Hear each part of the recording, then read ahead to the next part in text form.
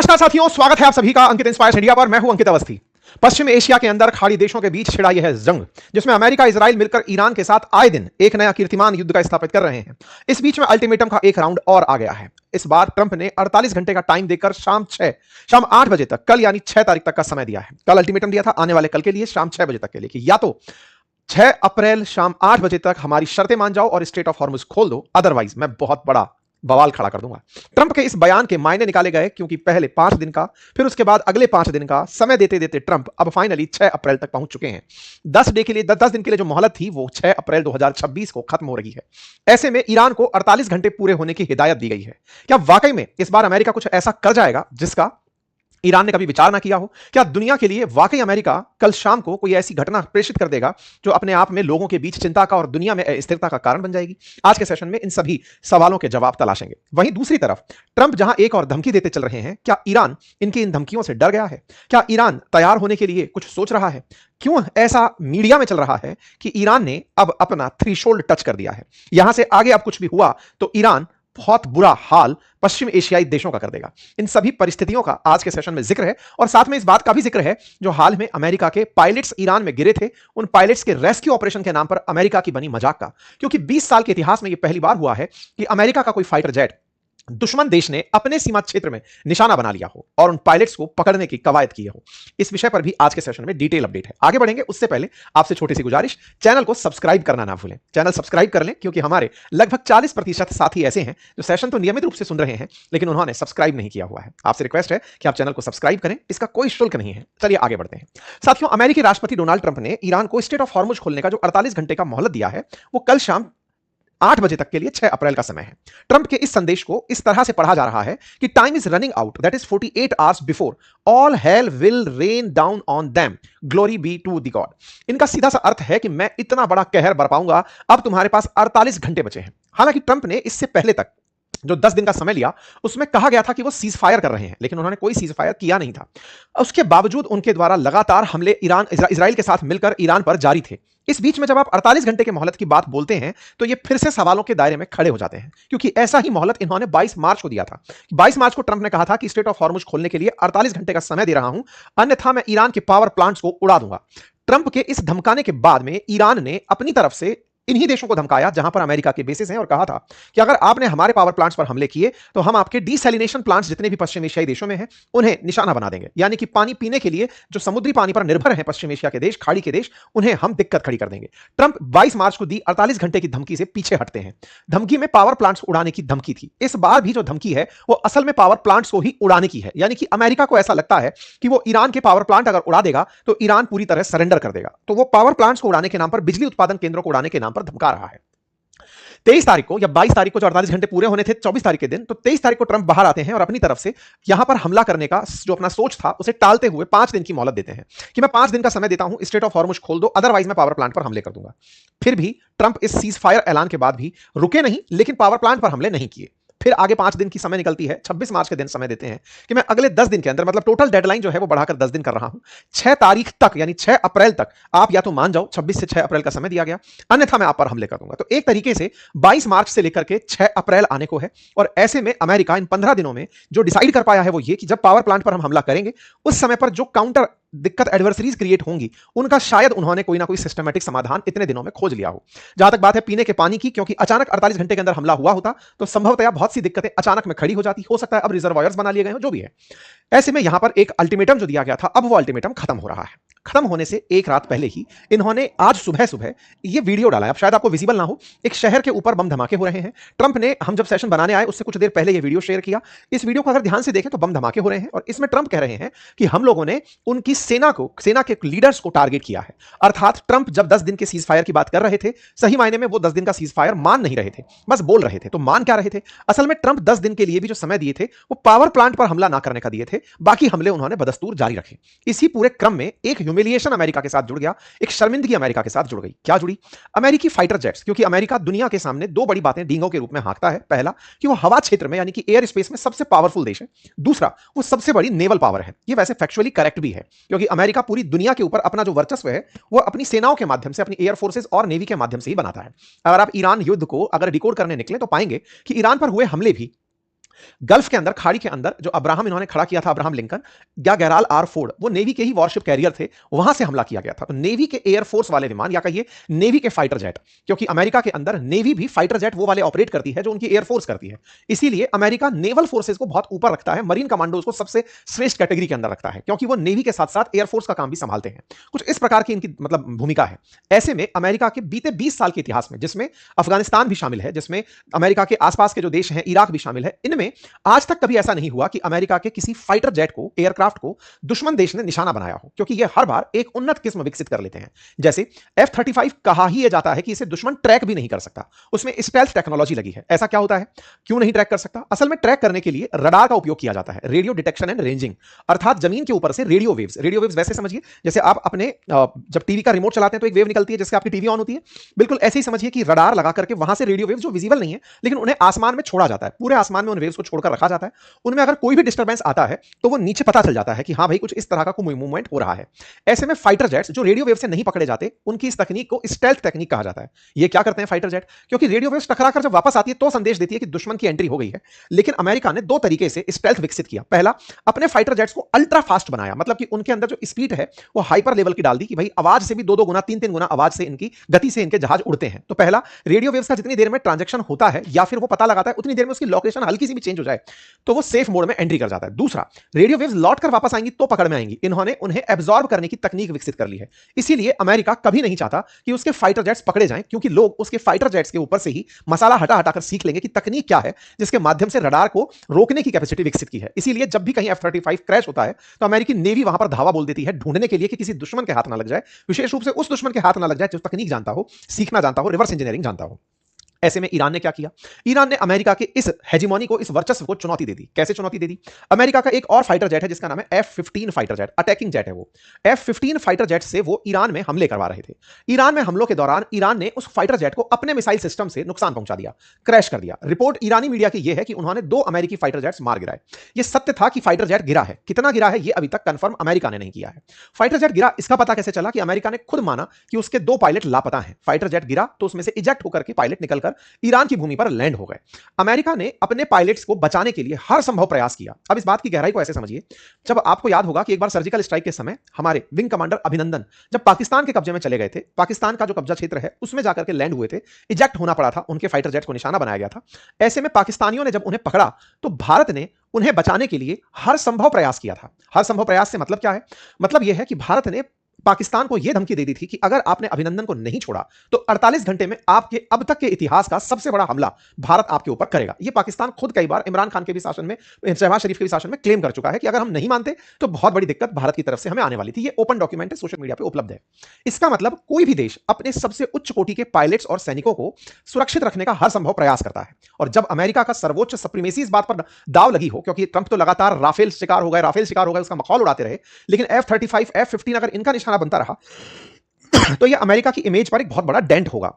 और इसी डेंट को देखते हुए इनके पायलट्स का ईरान में गिर जाना, मैंने पिछले एक सेशन में आपको बताया था कि पायलट्स गिर गए हैं और उन पायलट्स को ढूंढने के लिए आप इस तरह विचार करिए कि उन्हें ढूंढने के लिए अमेरिका ने जो रेस्क्यू ऑपरेशन चलाया उसमें कई सारे हेलीकॉप्टर्स, हवाई जहाज ईरान के क्षेत्र में घुमाए। मतलब आप सोचिए, एक पायलट को बचाने के लिए इन्होंने अपनी सारी ताकत झोंक दी कि उस पायलट को रेस्क्यू करके लाना है। रेस्क्यू करने के लिए ईरान के उस क्षेत्र में फाइटर जेट्स को नीचे आना था, या रेस्क्यू ऑपरेशन में यूज होने वाले हवाई जहाजों को या हेलीकॉप्टर्स को थोड़ा नीचे आना था ताकि वो उसे वापस पिक करके ले जा सके, पायलट अपनी लोकेशन बता पाए। इसकी उन्हें ट्रेनिंग दी जाती है, उनके पास ऐसी डिवाइसेस होती हैं। मैं एक और सेशन करूंगा कि ये रेस्क्यू कैसे करते हैं, और अभी उसके बारे में अतिरिक्त सेशन आपको थोड़ी देर में मिल जाएगा, उसके ऊपर डिटेलिंग ज्यादा हो जाएगी, अन्यथा उसमें इनको पूरी ट्रेनिंग दी जाती है। तो ये रेस्क्यू करने आते हैं, लेकिन इसी बीच में ईरान को जब ये पता चलता है कि हमारे किसी इंटीरियर क्षेत्र में अमेरिकी पायलट्स आकर गिरे हैं तो वो लोग इनाम घोषित कर देते हैं कि अगर कोई भी पायलट को पकड़कर लाया तो उसे इनाम मिलेगी। ईरान के अंदर इस तरह का माहौल बनता है कि कई तो मतलब जो खिलाड़ी हैं वो कहते हैं हम अपने मेडल दे देंगे अगर कोई पकड़ करके ले आया तो। मतलब उस फाइटर जेट को पकड़ने के लिए ईरान में होड़ मच जाती है। हालत ये होते हैं कि कल अमेरिका के व्हाइट हाउस से कोई भी बाहर प्रेस मीटिंग के लिए नहीं निकलता है, प्रेस ब्रीफिंग के लिए कोई सामने नहीं आता, पूरी तरह सन्नाटा रहता है। अमेरिका के इतिहास में इतना बड़ा नुकसान अब तक पहली बार हुआ था जब उसके यूनिट कॉस्ट के हिसाब से F-35, F-15, A-10, E-3G Sentry अवाक, KC टैंकर्स जो कि संख्या में एक डस्टर, एक क्रैश हुआ, 5 डैमेज हुए, MQ-9 रीपर हेलीकॉप्टर, इतना सारा नुकसान उसको हुआ हो और उस नुकसान में दुश्मन के देश के अंदर नुकसान हुआ हो। बाकायदा ईरान ने RT के हवाले से तस्वीरें दी कि कैसे इन्होंने इनके हेलीकॉप्टर्स को निशाना बनाया। इंटरेस्टिंग है कि जब ये सारा काम हो रहा था क्योंकि अमेरिका अपनी हेजेमनी फिल्मों के माध्यम से भी स्थापित करता है। जब अमेरिका दिखाता है कि हमारे फाइटर जेट्स को कोई पकड़ नहीं सकता, तो ईरानियंस ने इनके खूब मजे लिए कि देखो तुम्हारे इस तरह से जहाज गिरते हैं। एक बड़ा ही रोचक तथ्य बाहर निकल कर आया। ईरान वालों ने इनके फाइटर जेट्स को मारते हुए का भी वीडियो रिकॉर्ड किया। ये जो वीडियो है ये साफ तौर पर थर्मल इमेजिंग से दिखाई देता है, अर्थात इसे किसी कैमरे से शूट किया हुआ नहीं है, मतलब कैमरा ही है लेकिन एक ऐसी किस्म का जो इतनी दूर पर इस हीट को ट्रैक करते हुए चल रहा है। अर्थात ऐसा लग रहा है कि इस कैमरे ने ही इस पूरे की पूरे फाइटर जेट को लॉक कर लिया था। अब लोग डिकोड ये करने लग रहे हैं कि अमेरिका के इस सिस्टम में भेद किसने मार दिया, यानी कि कौन ऐसी तकनीक विकसित कर गया जो अब तक नहीं कर पाए थे। दावे किए गए कि ये जो तस्वीरें हैं जिसमें फाइटर जेट को निशाना बनाया गया, ये ईरान की होम ग्रोन टेक्निक है जिसमें उन्होंने रडार का बाईपास निकाल लिया। रडार का बाईपास क्या है? इन्होंने इंफ्रारेड रेडिएशंस का उपयोग किया और दूसरा इन्होंने हीट सेंसेशंस पर काम किया कि अगर कहीं से हीट आ रही है तो उस हीट को निशाना बनाया जाए और उसे निशाना बनाकर फाइटर जेट को निशाना बनाया गया। अर्थात अमेरिका ने बकायदा, यहां पर यह तस्वीर शायद आपको ना दिखे, रात को भी रेस्क्यू ऑपरेशन चलाए, हेलीकॉप्टर्स उतारे। ईरान क्या कर रहा था? ईरान ने अपनी तरफ से लोग रवाना कर दिए। लोग खुद, आप देख रहे हैं ये जो जाम लगा हुआ है, आरटी ने इसे कवर इस तरह से किया है कि वो जो पायलट गिरा है उसे ढूंढने के लिए ईरान के लोगों में इतना जज्बा था कि हम उसे ढूंढ कर लाएंगे और उसे अपने पास बंधक बना लेंगे। इंटरेस्टिंग फैक्ट यह है कि अमेरिका उन 2 खोए हुए पायलट्स में से एक पायलट को बचाने में कामयाब भी हो गया। दूसरा पायलट आज सुबह तक उसके बारे में कंफर्मेशन नहीं था, केवल एक मीडिया कवरेज उसके बारे में यह आई थी कि उस पायलट को बचा लिया गया। अर्थात अमेरिका ईरान के अंदर से अपने पायलट्स को बचाकर ले गया। यह अब हल्कों में चलना शुरू हो गया है। पायलट एक बच गया, यह तो कल तक कंफर्म हो गया था। दूसरे पायलट की तलाश जारी थी। आप सोचिए रात को भी यह प्रक्रिया ना रुके, इन्होंने रात को इस तरह से अंधेरे में रोशनी के गोले दागे ताकि पायलट को ट्रैक किया जा सके। इन्हें सेंसर से यह सूचना तो मिल रही थी कि पायलट कहां है, बकायदा उस क्षेत्र में जा जाकर के ईरान अमेरिकी फोर्सेस उस पायलट को तलाशने जा रही थी। इसी बीच में अमेरिका के 2 हेलीकॉप्टर जो तलाशने निकले थे वो भी डैमेज हुए और वो सेंटर पर आकर के, मतलब वहां पर तो नहीं गिरे लेकिन वहां पर बेस पर आकर डैमेज खाते में चला दिए गए। अर्थात अमेरिका ने अपने पायलट्स को बचाने के लिए हर संभव प्रयास किया और वो प्रयास आज सुबह एक न्यूज से, हालांकि ये कंफर्म है या नहीं मैं नहीं क्लेम करता, किसी पत्रकार ने आज सुबह ही ये दावा किया है कि वो सेकंड पायलट को भी अमेरिकी फोर्सेस बचा लाई हैं। हालांकि मेन स्ट्रीम मीडिया में अभी ये खबर चलनी शुरू नहीं हुई है। ऐसे में ईरान के अंदर पायलट को बाहर निकालकर ले आने के लिए कल अमेरिका पूरी रात परेशान रहा, दिन परेशान रहा और उस पूरी प्रक्रिया के दौरान यह तय हुआ कि अगर ये पायलट नहीं देते तो इनके ऊपर कहर बरपाया जाएगा। अब सवाल चलने लगे कि सब बाकी तो सब सही है। अमेरिका में डिस्कशन होना शुरू हुआ कि अमेरिकी फाइटर जेट्स को कोई निशाना बना ही नहीं सकता था। दुनिया का कोई देश यह ताकत नहीं रखता कि वो इसके फाइटर जेट को निशाना बना ले। ईरान ये कैसे कर गया? 3 सिस्टम्स के नाम लिए गए कि या तो ईरान का मजीद सिस्टम है, या फिर वर्बा सिस्टम है, या HQ-9B सिस्टम है। इन सिस्टम ने हो सकता है कि उसे टारगेट किया हो। अब एक एक करके चलते हैं। ये मजीद सिस्टम क्या है? असल मायने में जो तस्वीरें आपने देखी वो तस्वीरें अंधेरे में इस तरह से दिख रही हैं कि ये कैमरे का कमाल नहीं है, किसी IR या फिर हीट सेंसेशन का कमाल है। अर्थात जो चलाई गई मिसाइलें हैं वो हीट को सेंस कर रही हैं कि कहां से हीट निकल रही है। आप कहेंगे हीट को तो पकड़ के वाकई में वार किया जा सकता है, ये तरीका तो सही है। क्या ये फाइटर जेट बनाने वाली कंपनियां नहीं जानती? जानती हैं। तो इसके वो 2 तरीके अपनाती हैं। पहला, जब फाइटर जेट चलता है तो अपने पीछे से जेट से जब गर्मी बाहर फेंकता है, आजकल उसको कूलिंग करके डाला जाता है। मतलब वो जब बाहर हीट फेंक रहा होता है तो उसके बाहर की तरफ वो कूलिंग सिस्टम लगाया जाता है ताकि वो गर्मी मिनिमम रूप से उसके पीछे दिखाई दे, यानी कि उसके बारे में ऑलरेडी फाइटर जेट्स में काम होता है। उसके बावजूद भी अगर हीट सेंस करके कोई मिसाइल आती है मारने, तो भी ये फ्लेयर्स फैलाने की तकनीक जानते हैं। अर्थात उतनी ही हीट ये आसपास की और जगह पर पैदा कर देते हैं ताकि वो मिसाइल लोकेशन भटक जाए। इसका मतलब ये हुआ कि ये जो हमला था ये केवल हीट सेंसर से नहीं, इसके साथ साथ IR सेंसर भी जोड़ा गया था, यानी कि रडार को कैप्चर किया गया होगा। इंफ्रारेड और हीट को मिलाकर यह तकनीक ने ब्लास्ट किया है। फिर नाम दिया गया कि यह तकनीक कौन सी है जो ईरान विकसित कर गया। असल में ईरान ने हाल ही में अपनी एक 8 किलोमीटर की रेंज तक मार करने वाली क्षमता विकसित की है जिसका नाम मजीद एयर डिफेंस सिस्टम है। ये जो माजिद एयर डिफेंस सिस्टम है ये 8 किलोमीटर की हाइट तक उड़ते हुए फाइटर जेट्स को मिसाइल से निशाना बना सकता है। हाल ही में ईरान ने क्लेम किया इस युद्ध के दौरान ही कि हमने अपना नया एयर डिफेंस सिस्टम एक्टिवेट कर दिया है। इसका मतलब हुआ कि एयर डिफेंस सिस्टम के जो भी तरीके अब तक चले आ रहे थे उससे भी उन्नत किस्म की तरफ हम चले गए हैं। अभी अमेरिका को लगता था कि ईरान के संपूर्ण आसमान पर उसका कब्जा है, वो गलतफहमी में ना रहे। हमारा नया डिफेंस सिस्टम एक्टिवेट हो गया है और हम उससे टारगेट कर रहे हैं।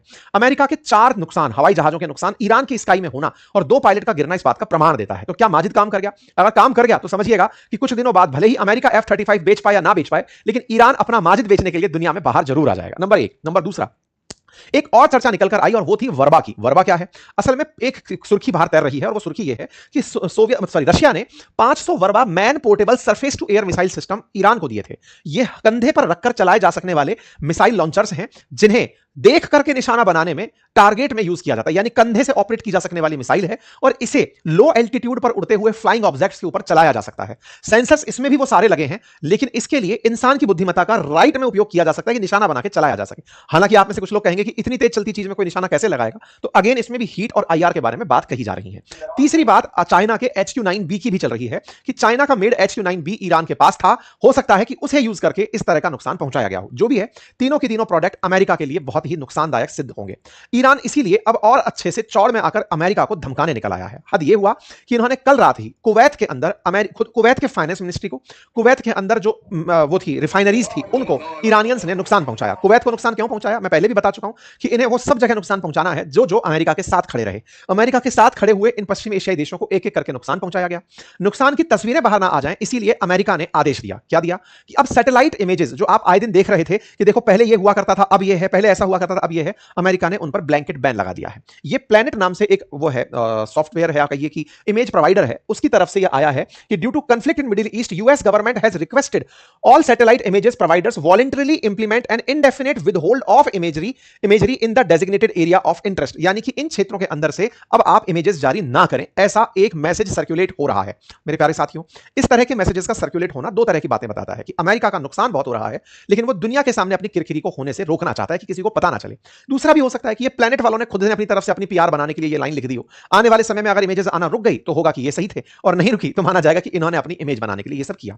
इस बीच में ट्रंप क्या कर रहे हैं, ट्रंप अपनी लोकप्रियता का एक झूठा ग्राफ शेयर कर रहे हैं कि लोग चाहते हैं, मेरी अप्रूवल रेटिंग 96% पहुंच गई है कि मैं बढ़िया काम कर रहा हूं। खैर कोई बात नहीं, अब बात कर लेते हैं ईरान की। क्या ईरान 48 घंटे के अल्टीमेटम के लिए इस बार तैयार है? तो उसने कहा कि हम 48 घंटे के सीज फायर प्रपोजल को तो डिनाई करते ही हैं, और अमेरिका के लिए हमने एक बड़ा सरप्राइज अब तैयार करके रख लिया है। मतलब एक तरफ अगर आपको यह लगता है कि आप हम पर हमला करें 48 घंटे के अंदर पावर प्लांट्स पर, हमें आपका अल्टीमेटम तो स्वीकार नहीं है, साथ में आपके लिए एक सरप्राइज तैयार है कि आप हम पर जब हमला करेंगे आपको बढ़िया चुनौती दे दी जाएगी। ठीक है साहब, ये दूसरा संदेश रहा। इस बीच में एक और घटना ऐसी घटी जिससे पूरी दुनिया में चिंता व्यक्त हुई, और वो क्या था? असल में बुशहर नाम से एक जगह है ईरान के अंदर, बिल्कुल खाड़ी के अंदर किनारे पर लगी हुई जगह है, खाड़ी के उत्तरी किनारे पर लगी हुई जगह है। बुशहर नामक जगह पर ईरान के अंदर एक रेडियो एक्टिव या फिर कहिए कि रिएक्टर चलता है, जहां रेडियो एक्टिव यूरेनियम से बिजली पैदा की जाती है।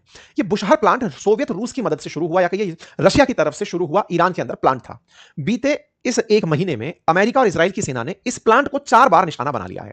अगर रेडियो एक्टिव पदार्थ लीक होते हैं तो निश्चित ही ईरान का नुकसान होगा, यह तय है, लेकिन खाड़ी बहुत ज्यादा बड़ी नहीं है। वो निकली हुई रेडिएशन पश्चिम एशिया के बहुत से देशों को प्रभावित करेगी, ऐसा अब निकल के आना शुरू हो गया है। ईरान ने यूएन में इस बात की कहा है कि देखिए सर, पहले रशिया यूक्रेन के समय पर जयपुरजिया पर जब हमला हुआ था वो भी गलत था, और अब बुशहर पर जो हमला हो रहा है वो भी गलत है। अगर रेडियो एक्टिव पदार्थ लीक हो गए तो ईरान को नुकसान है, ये सही है, लेकिन बहुत से क्षेत्रों में नुकसान होगा, ये तैयार रहे। इस बीच में रूसी जो साइंटिस्ट यहां काम कर रहे थे, लगभग 200 की संख्या बताई गई थी, 196 के आसपास, उन्हें यहां से निकाल लिया गया है, वो वापस अपने ठिकाने पर चले गए हैं। बीते महीने में 4 बार हुए इस हमले से निश्चित ही बुशहर को नुकसान पहुंचा है, और एक बड़ी त्रासदी बिल्कुल गेट पर खड़ी है। हो सकता है कि इस युद्ध में एक न्यूक्लियर ट्रेजेडी भी आपको सुनने को मिले, जो कि मानवता के लिए एक बहुत बड़ा संकट खड़ा कर देगी। पश्चिम एशिया के जो भी देश खाड़ी से लगते हैं, ना केवल ईरान बल्कि फिर चाहे यूएई हो, कुवैत, बहरीन, कतर, ये सब देश इसकी रेडिएशन के प्रभाव में आएंगे, जो कि एक बहुत बड़ी चिंता का कारण बनेगा। खैर, अब जो भी है, इस बीच में बुशहर की लोकेशन तो चिंतादायक है ही। अमेरिका के द्वारा ये लगातार ऐसे जो प्रयास हैं, ये सोचकर किए जा रहे हैं कि हम तो बहुत दूर रहते हैं, इजराइल भी बहुत दूर रहता है, उन्हें कोई नुकसान नहीं होगा, कोई बात नहीं। लेकिन इस बीच में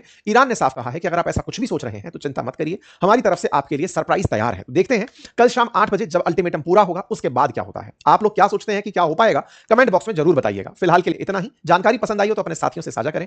चैनल पर नए हैं तो फिर एक बार रिक्वेस्ट है कि आप सब्सक्राइब करना ना भूलें। बहुत बहुत धन्यवाद।